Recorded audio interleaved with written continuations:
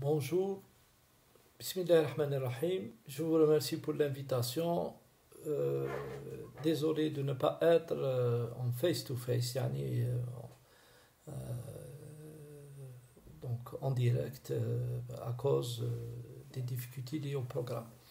Voilà, dans la journée mondiale du diabète, la célébration de la journée mondiale du diabète, vous avez toujours le cercle bleu unis, tous unis contre le diabète, الكل ضد مرض السكري. واللي thème تاع العام 2021 access to diabetes care if not now when، يعني إذا لم يكن الآن متى يكون التوصل إلى رعاية مرض السكري. لأننا في هذا العام عندنا 100 ans après la découverte de l'insuline, ou en 100 ans, est-ce qu'il reste encore des problèmes pour les patients qui vivent avec leur diabète.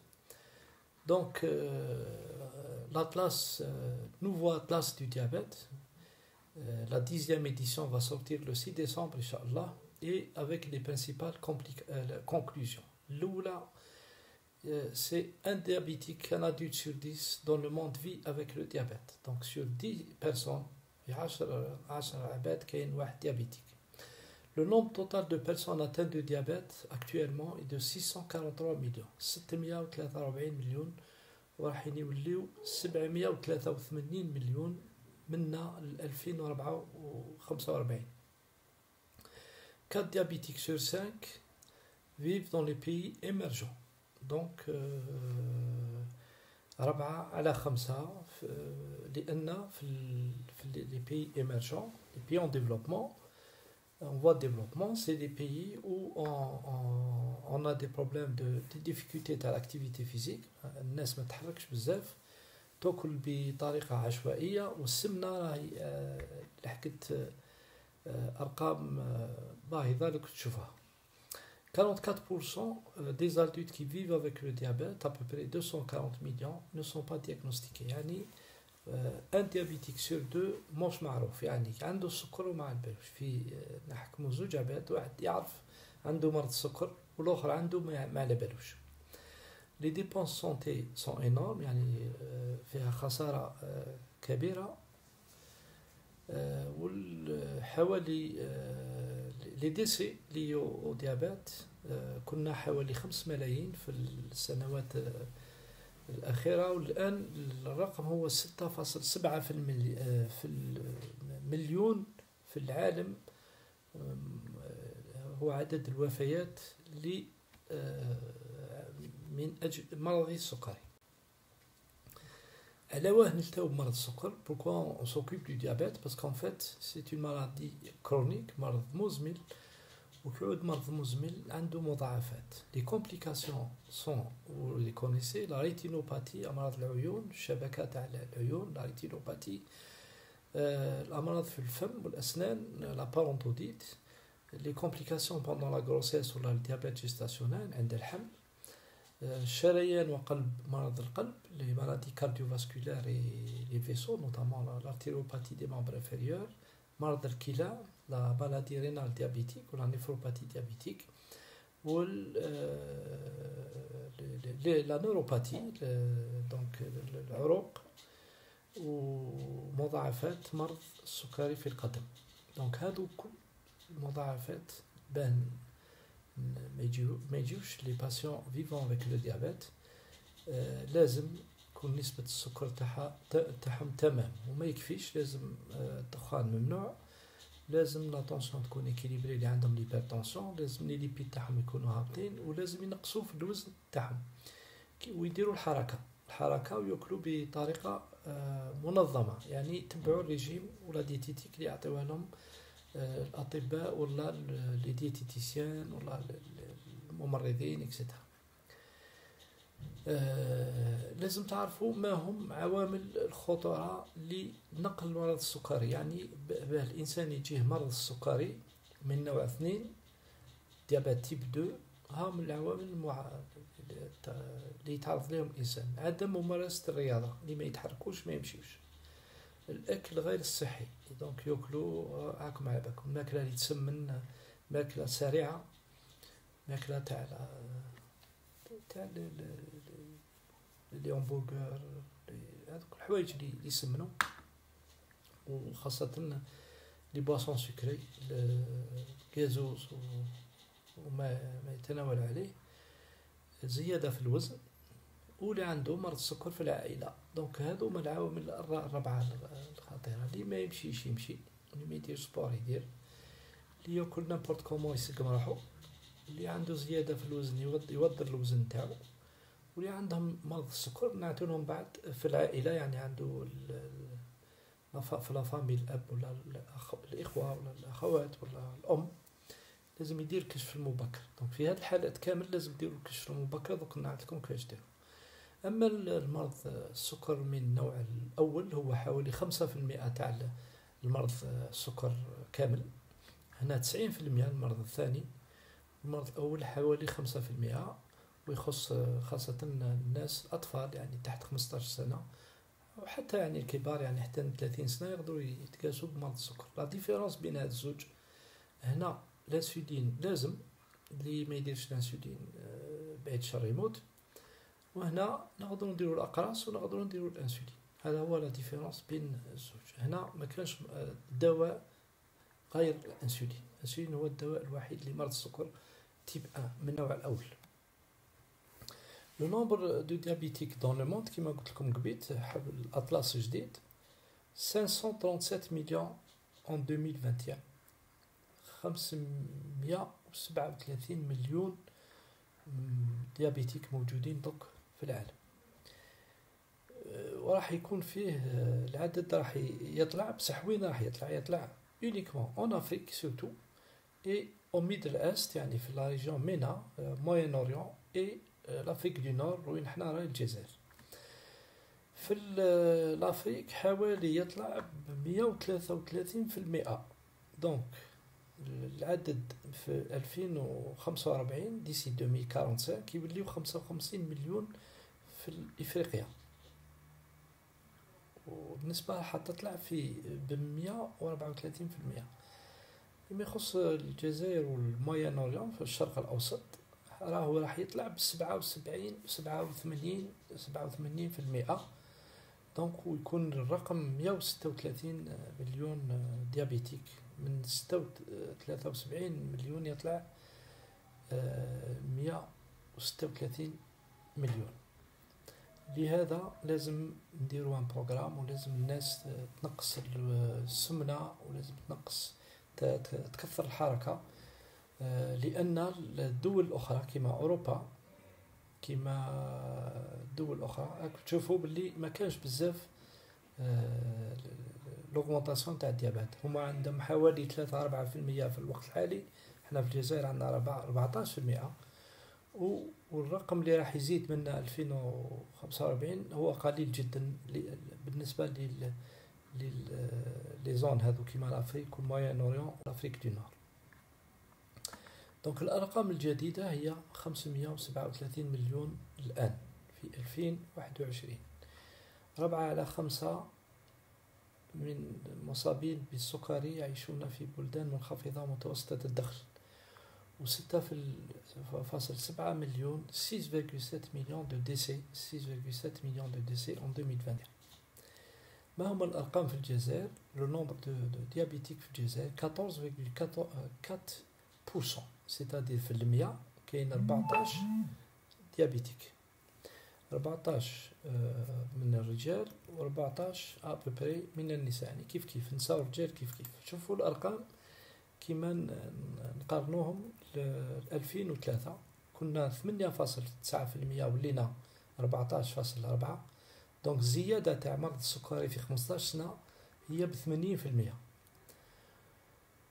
وهذا رقم يعني يخوف.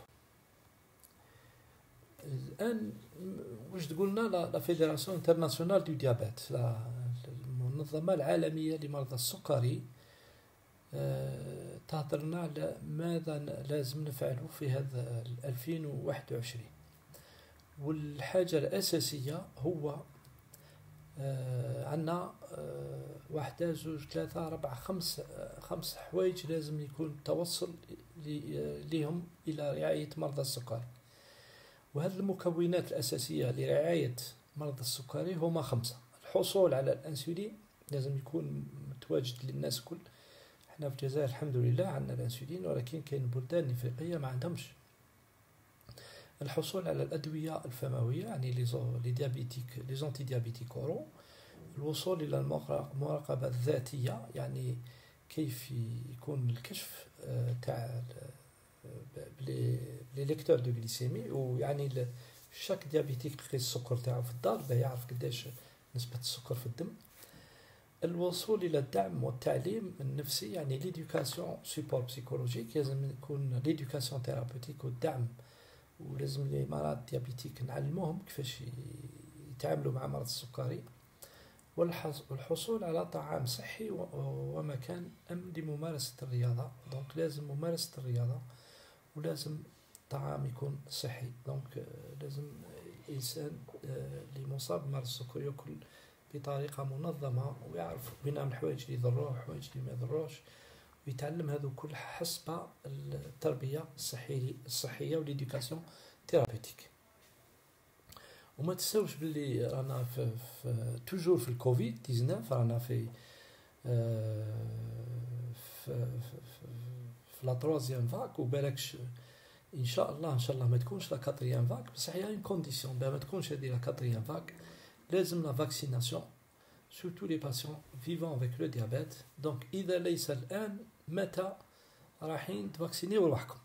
يعني سي بور كون. على بالنا بلي كاين بوكو دو باسيون فيفون افيك لو ديابيت اللي راهم فاكسينا، دونك لازم يروحوا يديروا لا تروازيام دوز تاعهم قبل ما تلحقنا لا كاتريام فاك، وبما ما تلحقناش. واللي ما داروش الفاكسان ماذا بهم يروحوا يفاكسينيو روحهم. وكل الاطباء لازم يهضروا مع المرضى تاعهم ويقولوا لهم باللي لازم الفاكسان باه يتحموا، لان الديابيتيك مش معرض يعني أكثر من الناس الآخرين، ولكن عندما يحكموا مرض الكوفيد هو يكون أخطر عنده. لا كونتاميناسيون كيف يعني الإنسان اللي ما يديرش الأبافات واللي ما يمسحش يديه وما ياخذش كل لي كونديسيون دو بريفونسيون راهو يتقاس كيما الناس الآخرين. ولكن إنسان ما عندوش ديابات والإنسان اللي عنده ديابات مش كيف. المرض تاع الكوفيد يجي خطير عند المريض اللي عنده مرض السكر، على هذيك لازم يكونوا فاكسين. العامل الثاني هو التوصل إلى رعاية مرضى السكري، لاكسي أو سوان دو ديابيت. ان سيكل يعني 100 سنة قبل بعد لا ديكوفيرت تاع الانسولين إليا كاين ديابيتيك مازال ما عندهمش لاكسي لي سوان، ما يديروش لي كونسلطاسيون، ما يحافظوش على رجليهم. كاين بزاف حوايج اللي راهم ناقصين. اي دونك toutes les actions de soins doivent être généralisées à tous les patients diabétiques. ماذا بينا نكونوا في غراند فيل ولا نكونوا في دوار ولا نكونوا في دايره، كيف لازم لاكسي او سوان لازم يكون بطريقه منظمه، والناس كيف الناس كل يكون عندهم اطباء، الناس كل عندهم ممرضين، لازم كل عندهم التربيه الصحيه ليدوكاسيون، كل عندهم لي ليكتور، كل عندهم الادويه، كل عندهم الانسولين. هذه العامل الاول. اذا لم يكون الان متى؟ خاصه الاشخاص المصابين بداء السكري يحتاجون تربيه صحيه مستمره لتسيير حالتهم. الكثير ليس لديهم تمكن من هذا الجانب من العناية الصحية هذه والإديوكاسيون ثيرابيتيك. كما يهضر معكم الطبيب ويفهمكم، ولا الممرض ولا الإديوكاتور ولا الفارماسيان ولا أي واحد يقدر يكون، لازم يكون برك متكون في الرعاية الصحية. الإديوكاسيون ثيرابيتيك هذه صافي بارتي دو تريتمون. كي نهضروا على التريتمون تاع الديابيتيك فيه لاكتيفيتي فيزيك، فيه لو ريجيم، فيه أدوية اللي ناكلوها بطريقة الفم، ولا كاين الانسولين، وفيها لاكتيفيتي فيزيك وريجيم، وفيها ليدوكاسيون ثيرابيتيك. دونك كل انسان طريقه، سواء في الكابيني، سواء في المصحه، سواء عن طريق الانترنت، لازم يكون فيها ليدوكاسيون ثيرابيتيك. العامل الثاني هو يجب توفير الغذاء الصحي للاشخاص المصابين بداء السكري او المعرضين له، وكذا أماكن ممارسة الرياضة. كون هذان الأمران يشكل القواعد أساسية للوقاية من داء السكر. كاين الناس اللي ما عندهمش يديروا سبور ياكلوا مليح يقدروا يتفاداو أكثر من 50% من لو ريسك تاع الديابيت. واللي عندهم مرض السكر باش يكونوا إكيليبري لازم يمشيو على الأقل 30 دقيقة في النهار، ولازم ياكلوا بطريقة منظمة. نعاودها، الانسان اللي يقدر عنده السكر ما يقدرش ياكل كيما الناس اللي ما عندهمش السكر. هاي نهزوا جهه الخبز 60 غرام تاع خبز في الغداء، 60 غرام في العشاء، ان فروي بار ربا. ما يقدروش يتناولوا اكثر من الطاقه تاعهم واكثر ما يكون عندهم لي كونساي على حساب المرض تاعهم. العامل الثالث هو قياس نسبة السكر في الدم، عامل أساسي ولازم يكون متوفر لكل ديابيتيك. بون ما مش كل كيف باسكو كاينين ديابيتيك باغ اكزومبل اللي عندهم لا ميتفورمين نقدروا نقول لهم يديروا باغ اكزومبل 2 فوا بار سيمين سا سوفي لارجومون. اللي عندهم لي سولفاميد يقدروا يديروا اكثر مره في النهار. اللي عندهم لانسولين بلوس لو نومبر دانجيكسيون يطلع بلوس لو نومبر دو بوندات يطلع. اللي عنده 4 انجيكسيون يدير على الاقل 4 ولا 6. اللي عنده 3 يدير 3، اللي عنده 2 انجيكسيون يدير 2 فوا بار جور. ويديروا ثاني خاصة كي يجيهم ينخفض. دونك هذه عملية ما بين طبيب وما بين لاكلاس، كل واحد يرتبها. إذا لم يكن الآن متى يعني العديد من الأشخاص المصابين بداء السكر في حاجة إلى أدوية من طريق الفم لتسيير وضعيتهم الصحية، وهذا الأمر غير متوفر في عديد البلدان ذات الدخول المحدودة والمتوسطة. الحمد لله الناس اللي ديابيتيك عندهم كارت شفاء والأدوية متوفرة. كاين بعض الأدوية بزاف ما كانش، إن شاء الله تكون متواجدة وتكون رامبورسي في القريب حسب الأكناس. Et bien sûr, il faut tenir compte des innovations. نعطيكم لاباري هذا اللي خاصة لي ديابيتيك دو تيب 1 النوع الأول اللي لازم لهم. هذا لاباري يديروا فيه الباتش هذا يلصقوا في يدهم، وعندهم برا البرا هذه تدخل كل 14 يوم يعني مرتين في الشهر. ويقدروا يديروا حتى 1000 تعيار في النهار، يديروا يسكانيو هكذا لاباري وتخرج لهم لا غليسيمي في لاباري. دونك سي تري سامبل. وشن هي مش موجود الان في الجزائر، لازم يكون موجود ان شاء الله ويكون رامبورسي. وبيان سور لو ميراكل دو لانسولين الناس لو ميراكل باسكو افون لانسولين الناس كانت تموت، دوك حاليا تو بيان. وقلت لكم على الاول بلي لازم فيه الكشف المبكر. هذا الكشف المبكر تقدروا ديروه عن طريق المنظمة العالمية لمرض السكري. ديروا لادريس انترنت idf.org، تدخلوا الناس اللي ما عندهمش السكر ودخلوا يديروا الكيستيونير هذا، يعمروه قداش عمرهم، قداش باش ياكل في النهار، ياكل لي فري لي ليغوم، ما ياكلش، يدير سبور ما يديرش، تور دو طاي تاعو قداش، لانديس دو ماس كوربوريل قداه يوزن لا طاي تاعو، العمر تاعو اكسيتيرا. على الاخر يعطيوك اسكور، يقول باغ اكزومبل عندك طون دو بوان، لو سكور هذا لازم تروح تعير مرض نسبة الدم، والله ما عندكش الريسك تولي كل عام دير هذا لو تيست اكسيتيرا. دونك حاجة سهلة، لازم كل الناس كل يديروا هذا لو تيست تاع الكشف المبكر. تلقاوه في السيت تاع المنظمة العالمية لمرض السكر ولا في الIDF. سهل، يستغرب لكم واحد 3 مينوت وتكونوا على بالكم لا عندكم الريسك باه ديروا ديابيت ولا ما كانش. وشكرا، السلام عليكم.